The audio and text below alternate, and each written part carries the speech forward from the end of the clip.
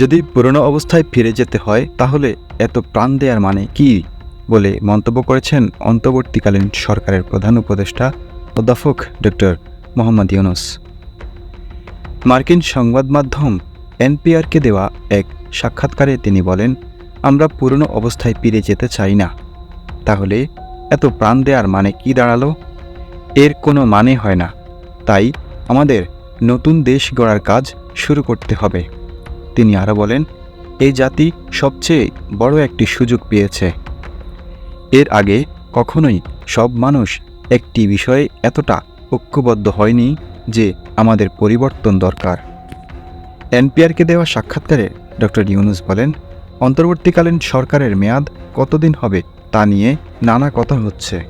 কেউ বলছে দ্রুত নির্বাচন দেওয়া উচিত, কেউ বলছে সংস্কার শেষ করার পরেই নির্বাচন হওয়া উচিত। তবে জনগণ আগের মতো অবস্থায় ফিরে যেতে চায় না, পরিবর্তন চায়।